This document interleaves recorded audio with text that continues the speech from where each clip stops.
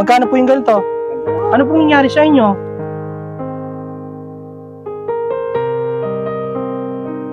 Nang makita ko nga si tatay ng mga oras na ito ay parang may iniinda pa siya. Masama ang panahon noon, umuulan at paggabi na. Ako nga ay nagtataka bakit halos 2 linggo na ay hindi pa rin siya naglalako ulit ng tinapa. Ano ba talaga ang totoong nangyari sa kanya? Hi kuya! Magkano po ang tinapa nyo? May 170, may 150, Patingin nga po ng galunggong nyo kuya. Ito po. malaki. Magkano po yung ganito? Ganda na sa'yo. 50 pesos na lang po sa akin. Ito pong dalawa, 100 na lang. Sige po. Kuya, kumusta po ba kayo? Bakit nawala po kayo? Naksidente. Na-aksidente po kayo saan? Swimming pool. Swimming pool? Kaya pala halos 2 linggo nang hindi nakakapaglako ng tinapa si tatay dahil na-aksidente raw siya sa swimming pool. Wala na, ako ng ulo, tapos binuhat na lang ako ng mga nakita sa akin sa ilalim. Ibig sabihin po na ano po kayo? Nag-backdive. Nag-backdive po kayo? Oo Nag-outing kayo? Oh. Kasi yung mga kasama ko nandun sa kabilang swimming pool na maliit, pumunta ko dun sa malawak na swimming pool na malaki. Maluwag na swimming pool. Ang buong kalang araw ni tatay ay malalim ang swimming pool, kaya nag-backdive siya. Pero tumama nga ang ulo niya. Ay! Wala na, natanggal na yung tahi. Oh. Mga ka-idol ko, sa hindi po nakakakilala kay tatay, siya po ay hinahangaan namin dito sa Tagaytay kasi sobrang sipag niya po maglako ng tinapa. Ilang dekada ko na si tatay na nakikita dito. Tatay, ilang dekada na ba kayo titinda ng tinapa? May mga 40 years na siguro. 40 years mga ka-idol ko. Umulan at umaraw po, nakikita natin si tatay na naglalako ng tinapa dito sa buong Tagaytay. Ayan mga ka-idol ko, binilan ko siya ng tinapa oh.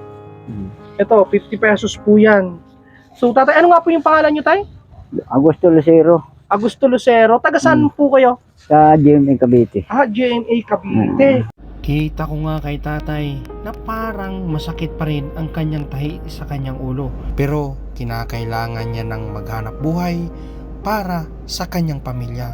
Ayon nga sa kanya, ayaw niyang umasa sa iba. Sipag niyo tayo.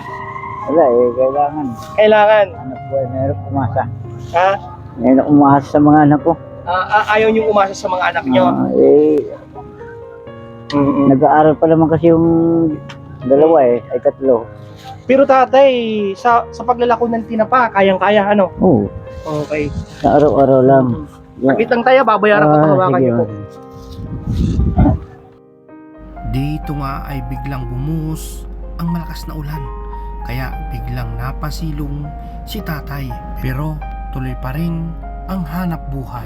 Tay, eto 100 pesos to. May kita ka na ba ngayong araw? Hindi pa ka nakakubos Ay, ibig sabihin nung 2 weeks kang nagpahinga, ngayon ka lang ulit tumabas? Okay, so tay para may ano ko gumot isa kung inom. May gamot kayong iniinom. Meron. May mga reseta din yan na sa akin.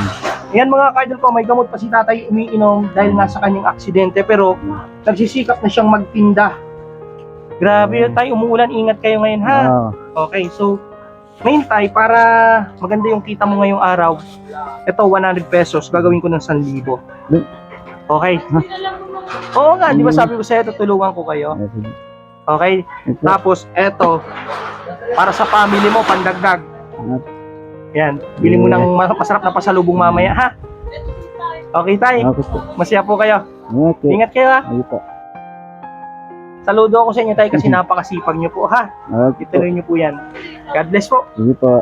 Ingat. Sige po, ma'am. Okay. Salamat po sa inyo. Si tatay nga ay tunay na masibag. Biruin mo ba naman, 40 taon na siyang naglalako ng tinapa para sa kanyang pamilya. Kaya tatay, saludo po kami sa inyo. Nawa ay palagi po kayong makakaubos ng inyong mga paninda.